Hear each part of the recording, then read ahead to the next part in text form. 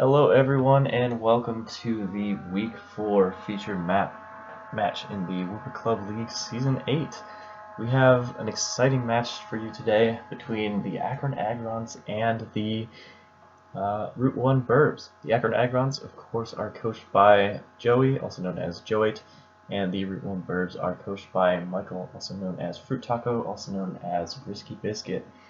And so we've got a lot of high-level play going on here, but also some, interesting matchups as well. And so we'll see how that shakes out. These are two of our higher-performing players so far this season, and I think, hopefully we'll have a battle that reflects that as well going on.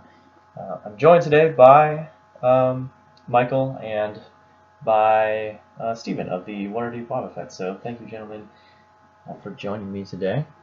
And I look forward to seeing this match play out. Do you have anything to say before we go ahead and get started with this? This is for sure. Yeah, we are having some audio issues today, unfortunately. So, also I'm dubbing my commentary in post while the others recorded live with me previously. So, that's why this probably sounds the way it does, and I'll try and make as much sense as possible. Really excited to watch this Pokemon here. Yeah, me too. Great job, everybody. All right, let's do this. Let's do it indeed. So, all right, let's go ahead and count down to the battle. 3, 2, 1. So we got Seismitoad to lead, and on the other side we got Meowstic. So Meowstic is going to switch into Comfy here. Yeah. Immediately pulling out of there, deciding not to set up any sorts of screens or anything. Comfy takes a Toxic there. Yeah, so we'll really limit what Comfy is able to do. It usually runs with Triage those regenerating moves, but it really can't stand to spam them anymore. I think at the beginning there I was thinking he might immediately just set up a Rain Dance or something, so I switched in for possibly the priority Giga Drain. But it's not going great for me right now, so I head back out into Meowstic on a nice critical hit U-turn. Critical hit U-turn. You always love to see it. Thunderwave Mist. Especially. Also love to see it. Critical hit knockoff. Also love to see it. Yeah. Meowstic did a wonderful job. Tough couple turns for Meowstic there. So we got to protect you. That surely, the double crit, the Thunderwave Mist, the odds there. You're very special, very lucky for that all to go. Seismitoad comes in here, able to sit in front of Keldeo fairly easily, absorbs the water moves, doesn't take much from the fight. Yeah. So here comes Joey switching around to his Regenerator Tornadus. Able to land a Hurricane at Silix and get that trusty confusion. Beautiful confusion there as it can just U-turn out easily there. Yeah. So as you can see, we do have some hacks going against Michael here. To the free switch in on Seismitoad because, of course, hits yourself, of course. Back out into the Comfey. Again, you can maybe be able to get a Giga Drain, then off. Intimidate on the Comfy, that's going to really matter. But switches out. Unable.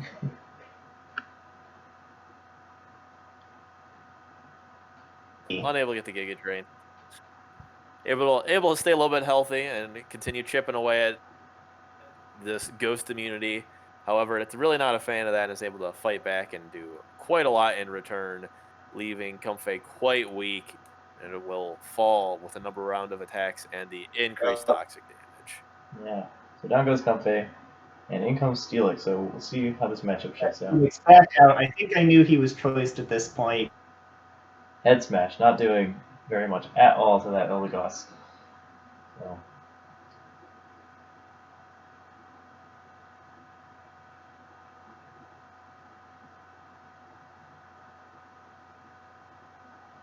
Experiencing some lag here. Oh, there's a Leech Seed. After you hit your head real hard, sometimes you just gotta take it. Mainly, I don't think I really knew what I want to switch out into. You know, if he went for a grass move, Keldeo or Mamoswine wouldn't particularly like that. Dragapult was tricky to use while Statland was alive. So I let him get off the Leech Seed and kind of settle in there, see what his plan was. And then here Dragapult removes Stoutland himself. Yep.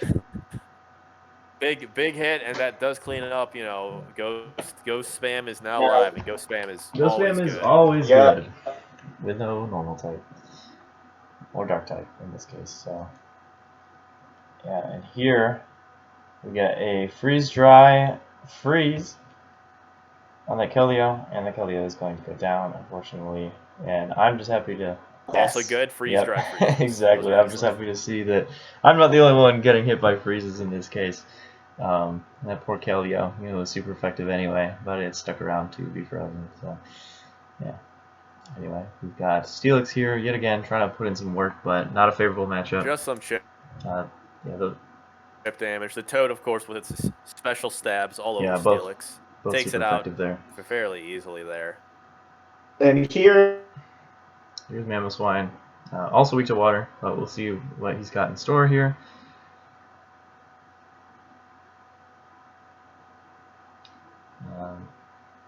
Icicle Crash miss. Orange, in your favor, 100%. No way. It's okay. It's okay. He didn't go for Scald. We're still in this. Just got to get another Icicle Crash miss. Yeah. So like I said, a lot of unfortunate hacks. Still alive. Yeah, one more chance. And let's see what goes on. Maybe we can put enough damage. Oh, he. And another miss. So I don't know if that would have picked up the KO there, but yeah, it's very unfortunate. So now it's just Dragapult. And it's gonna just do what it does best, spam that ghost move, but it is not gonna be enough, and before long Dragapult is going to go down here. So yep. And here Joey just going for the BM here. Just decide to take me down slowly, maybe. I mean, I respect the Leech Seed play. It sets him up to, regardless of how, you know, if you wake up and start breaking through things, he's gonna slowly whittle you down if he can live and stall. Does cost him a lot. I guess he was. I think he knew I was Specs at that point. At least I'm pretty sure I was Specs, and then I think I was sitting there after all the RNG being like, "You have a Scarf Kyurem, and you know I have one turn of sleep here. Just kill me, please." And he eventually does there. Yep, with a knockoff which reveals the Specs one way or another. Oh man. Yeah, tough match for you, Michael. But you know, you two being some of the higher level players here, I would expect. Gotta say, you did get one flinch in there, so all in all, the it did. I'm pretty sure. Right? Yeah, no, definitely. I mean, if you can't look at these battles and laugh, I mean, don't play Pokemon. There's RNG, and you just gotta roll with it sometimes.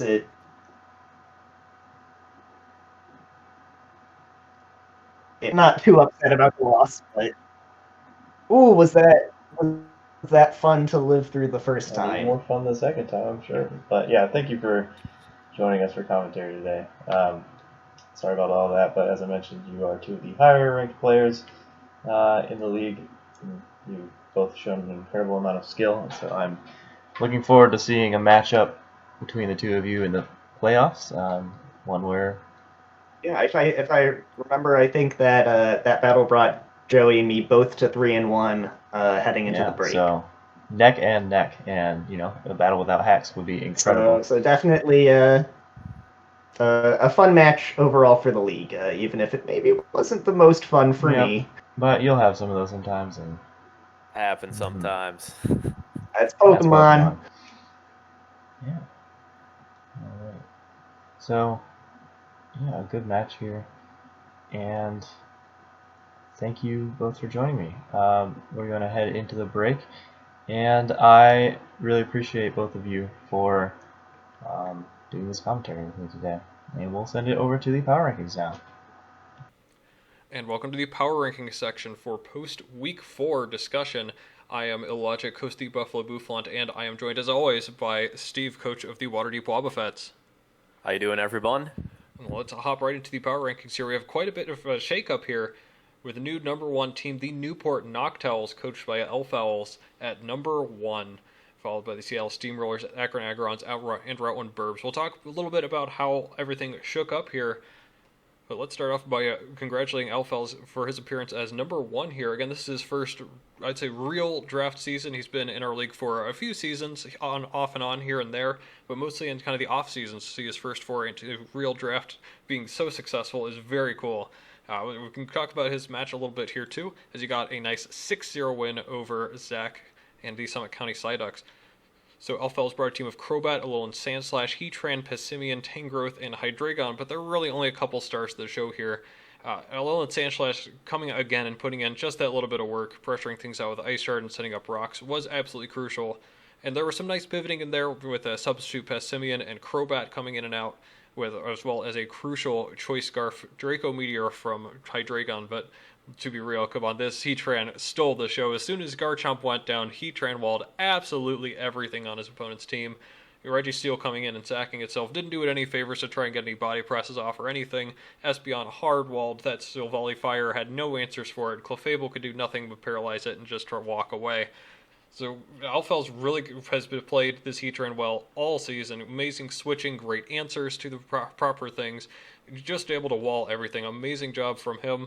Another 6-0 win to keep him in the number 1 spot. What do you think about this match and Alfels' performance overall this season, Steve? Yeah, you highlighted the main 2 Mons, and I'll definitely highlight them again. Heatran having such a fantastic matchup against the team really was key. And what really set that up was Hydreigon being able to win that Dragon 1v1. Noting that it's, a crucial 1v1 and a Choice Scarf on the Hydreigon gives him that win. Very, very clean thing. The one thing we really need to see from the Noctowls is some improved accuracy. We got a key Gunk Shot miss early. Magma Storm, as always, missing as much as it hits. Maybe not quite that much, but still. Really got to work on loving those Pokemon more so that they hit more often. I'd say maybe 6 wide lenses would be the way to go next time. That would probably help. That could help, I think, yeah. Also interesting to note that his awesome defensive core of Heatran and Tangrowth that put in a ton of work the previous week, Tangrowth didn't even need to come in at all this time. So very impressive overall from him to get this 6-0 win. And now we're going to move on to the number 2 team, Seattle Steamrollers, and it hurts just a little too much for me to say anything more, so I'm going to turn it over to you, Steve. Why don't you tell us how the Steamrollers continue their trek on with a 4-0 start? Yes, so Chad and his Seattle Steamrollers faced Nate and the Buffalo Boufflant this week. They brought a team of Volcarona, Landorus Incarnate, Chansey, Corviknight, Cinccino, and Rillaboom, facing off against the Bouffalant's Zeraora, Latias, Tapu Bulu, Cobalion, Obstagoon, and Flareon. And Chad came away with the 2-0 victory in the end. Chad had a very strong early game, being able to set up rocks from Lando on a predicted switch, as well as get Chansey on him to eat up a Draco Meteor. As well, running Earth Power Landorus, great decision, seeing the Bulu on his opponent's team and the Rillaboom he brought himself. Even though he can't use Sheer Power, relying on that still very good special attack, and, the move pool that Landorus gets on the special side. One note about Chad is in the middle of the game, the Cinccino just kind of kept smacking the Cobalion until it killed itself. Not sure, there was probably something better to do there, but it ended up working for him, and that's because late game, turn 21, a Grassy Seed Rillaboom arrives, and the battle changed.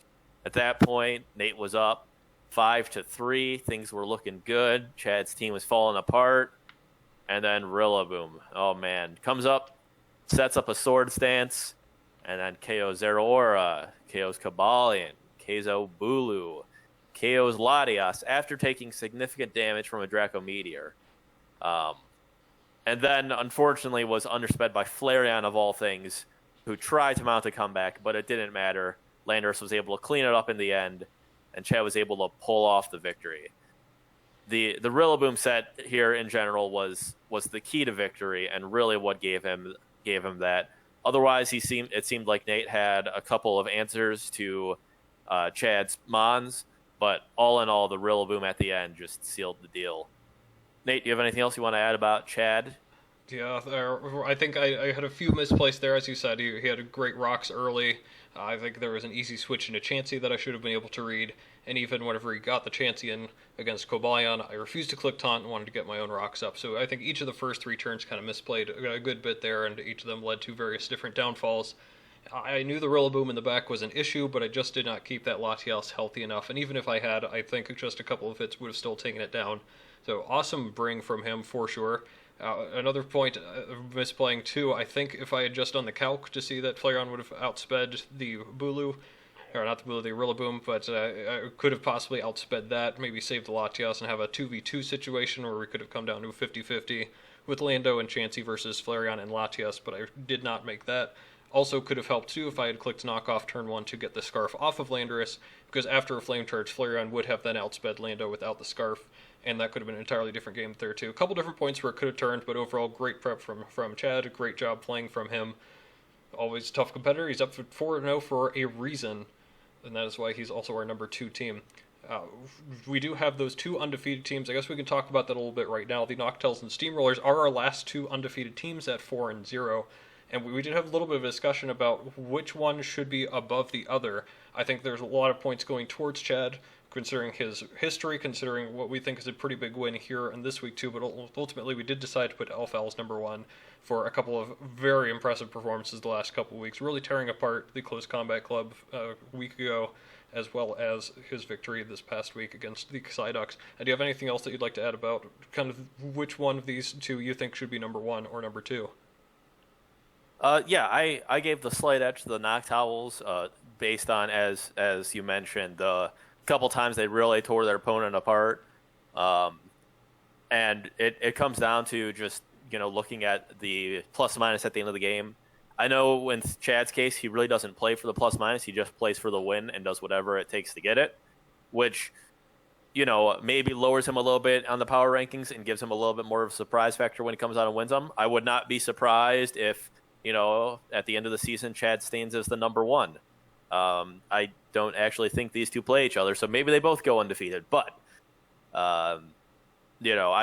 I could certainly see this going either way, and if they both keep playing this way, we'll see based on how the rest of their games go who ends up taking the number 1 spot in weeks to come. That's kind of a cool little mini plot here within the league to see if one of these 2 teams can finish undefeated in the regular season. As you said, they don't play each other, so it's possible that they both do. But these are our 2 last chances for an undefeated team. So that's pretty nice there, too.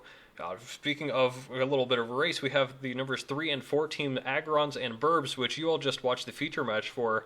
But thank you for their commentary from Matt on that one. Just a couple quick notes on that.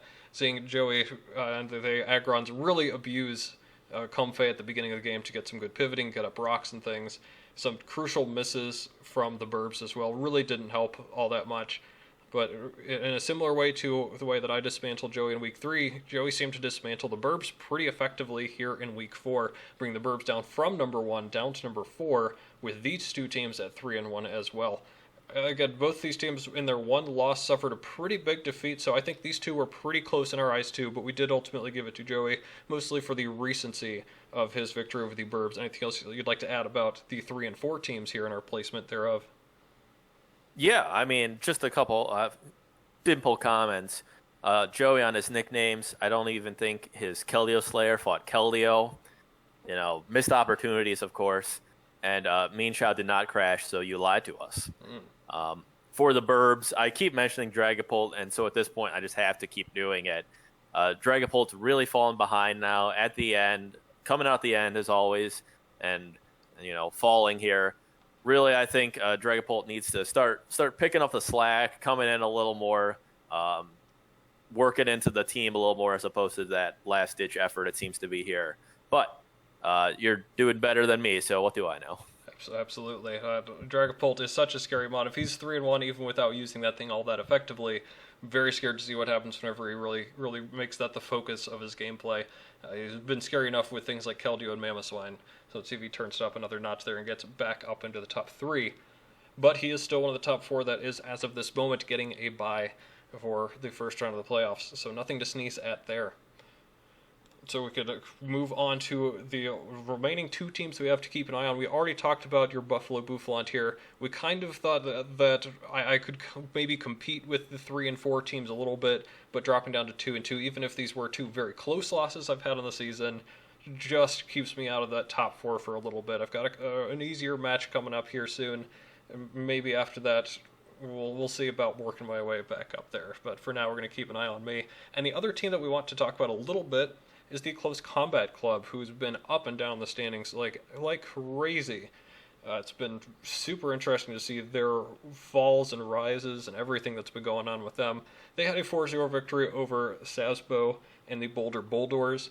I think he had a very nice pivoting factor going on between Slowking and Mungus. The first time we really got to see that core put in the work that it was supposed to put in from the beginning of the season, with Incineroar also taking tons of hits from Weavile and really opening up the Rain team for the rest of his squad. John's been so up and down, beating a couple good teams, losing to a couple mediocre teams and good teams. It'll be interesting to see what he's doing. I know he has 1 trade in the works right now. What else are you seeing from the Close Combat Club that should keep him on our radar for now, Steve? Something with this match in particular that was really nice to see was Xplod coming in here with Scrappy. I'll be honest, when watching the match, seeing the normal type attack hit Aegislash, it was like, wait, what? But that's that surprise factor. Seeing the Ghost type on his opponent's team that would be a clear switch in. So, an otherwise decent matchup, and picking the appropriate ability and hitting it with that surprise factor. I don't know if that caught Joe off guard, but still, it was very nice to see, that come into effect here. And it did 57%. That was on a crit, but Choice Specs Xplod definitely slaps. It was cool to see John use that pretty well. Of course, by that point in the match, he could have done just about anything, I think, and won too. So it's cool to see him use a couple of these mods a little bit better, really starting to figure out the team a little bit more. Would probably like to see a little more expansion on the Jirachi. He's run Scarf maybe every single week. Maybe can expand out the use of that a little bit, but very cool to see him coming together with the squad overall. I think that's really going to do it on our end. Before we get to the schedule, is there anything else that you'd like to talk about for our week 4, Steve? It was an exciting week. We've had a little bit of time off to digest these matches and have some other fun matches on the side in the meantime, which will unfortunately not be covered. Or fortunately, I didn't win there either too well. But excited to get back to it. Absolutely, and with that too will come a lot of interesting trade discussion. I already mentioned that John is looking into one. Maybe we've got something brewing in the works between your 2 co-hosts here, but we'll have to see. Maybe in a week or 2 we'll be able to reveal kind of the workings of what's coming in there, if that comes to fruition. So let's wrap it up with the schedule for week 5 that we're approaching here.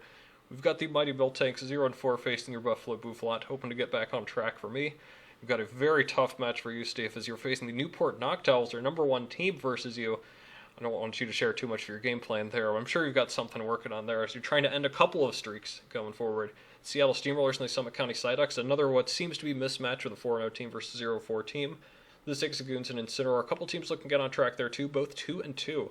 Maybe with one of those wins, we'll end up covering them next week. Close Combat Club and Route 1 Birbs, probably the game of the week in my book. I'd love to see John try and take that extra step while also seeing the Birbs try and turn things around.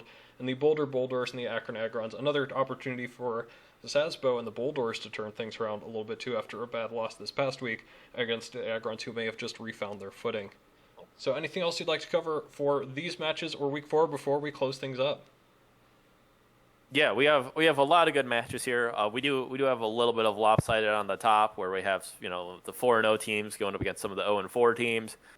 But I know myself and Zach, we got it. We're gonna 4 streaks are ending this week for sure. Don't worry about it. We can start filming next week's episode right now if you want. That sounds perfect to me. I'm looking to make a jump in the standings, and however much you can help with that, I definitely appreciate it, Steve. Glad to help. All right, that'll wrap it up from us. Hopefully you enjoyed the feature match and the Week 4 Power Rankings. Join us next time for Week 5, and we'll see ya.